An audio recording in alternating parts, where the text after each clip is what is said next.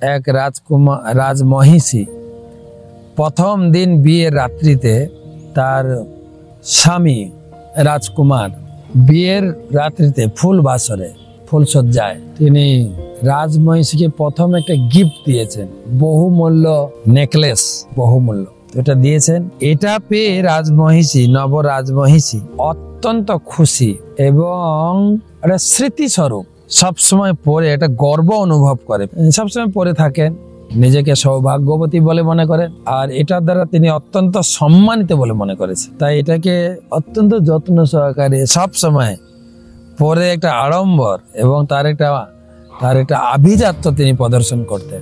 বহুদিন পরে একদিন তিনি স্নান করতে গিয়ে এই গায়ের কাপড় খুলতে গিয়ে হাতটাও খুলে রেখেছেন, কিন্তু একটা কাক এসে নিয়ে চলে গেছে। তো হাতটা যখন নেই, রাজমহিষী তার দুঃখ বেদনার কথা সবাইকে জানালেন। সবাই মিলে হাতটা খুঁজছে, হাতটা খুঁজে পায়নি।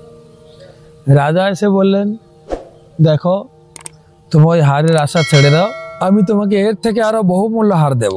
মহিষী বললেন, না, আমার ওই যে স্মৃতি, বিয়ের রাত্রে আমি যেটা পেয়েছি সেই স্মৃতি হিসাবে আমি রাখতে চাই।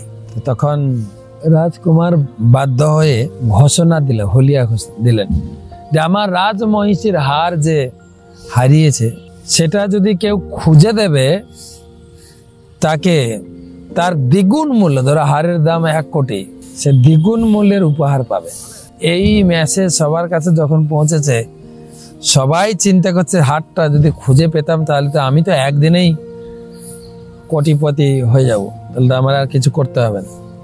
সবাই লোভে হার খোঁজার কাছে লাগিয়েছে। এক যুবক সে ঘুরতে ঘুরতে একটা পুকুরের কাছে গিয়ে পৌঁছেছে। পুকুরের জলেই দেখছে হারটা ভাসছে। তখন সে তো বহুমূল্য হার, এত উপহার পাবে, ডবল উপহার। তো তখন সেই লোভে জলে ঝাঁপ দিয়েছে। জলে যে ঝাঁপ দিয়েছে, হারটা পায় না, জলে তলিয়ে যাচ্ছে। কি হবে এখন? হার তো পাওয়া যাচ্ছে না।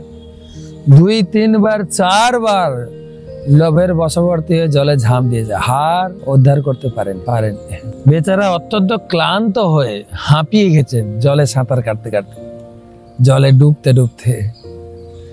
তীরে উঠে গালে হাত দিয়ে বসে আর চিন্তা করছে, ধ্যান করছে সেই হাতটা। মাঝে মাঝে তাকাচ্ছে, জলে ভাসছে হাত। আর পাশের রাস্তা দিয়ে এক সাধু যাচ্ছিলেন। সাধু বলছেন, কি হলো, তুমি এত ভেঙে পড়েছো কেন? তোমাকে দেখে মনে হচ্ছে তুমি খুব ক্লান্ত, কি হয়েছে বলো? তো লুকাচ্ছে, কেননা এত বড় উপহার না পাবে, অন্য কেউ যদি নিয়ে নেয়, বলতে চাইছে না। সাধু বলছে, দেখো তুমি বলো, তোমার আমি ক্ষতি করবো না, তোমার লাভই হবে, তুমি বলো। তো তখন সে যুবকটি বলছে, আপনি তো শুনেছেন আমাদের রাজার যে রাজমহিষী, তার হার হারিয়ে গেছে।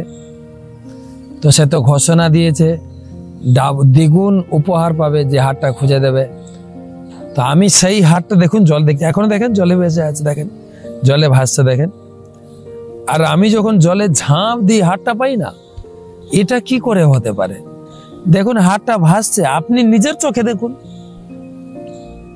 সাধু বাবা এই কথা শুনে হারটার দিকে তাকিয়ে হাসলেন, গাল ভরা হাসলেন। বলছে, আপনি হাসছেন? বলছে, হ্যাঁ, তুমি সত্যিই বলেছো ওই হার মহিষীর, কিন্তু ওটা হার নয়, ওটা প্রতিবিম্ব। এই হারটাকে তোমাকে পেতে গেলে গাছে দেখো, কাক এই গাছের ডালে হারটাকে ছেড়েছে, ওই ডালের প্রতিবিম্ব হারটা এখানে দেখা যাচ্ছে, কিন্তু হার তো তুমি পাবে না। হার পেতে গেলে তোমাকে গাছে উঠতে হবে।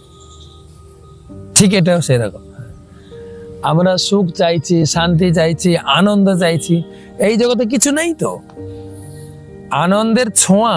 হ্যাঁ, গাধা খাটতে চায় না, কৃষক কি করে, গাধার উপর একটা লম্বা লাঠি বেঁধে তার সামনে হাত ধরে কচি ঘাস ঝুলিয়ে রাখে। গাধা মনে করে একটু হাঁটলেই ঘাস পাবো, যত হাঁটতে থাকে ঘাসও দূরে চলে যায়। আমাদের দেখুন পরিস্থিতি, ভালো করে পড়াশোনা কর, চাকরি পাবি, বউ পাবি, পাচ্ছে তো সবাই, কিন্তু সুখ পাচ্ছে না। এগুলো তো সুখের সঙ্গে কোনো কানেকশন নেই, তো সুখ পাবেন না।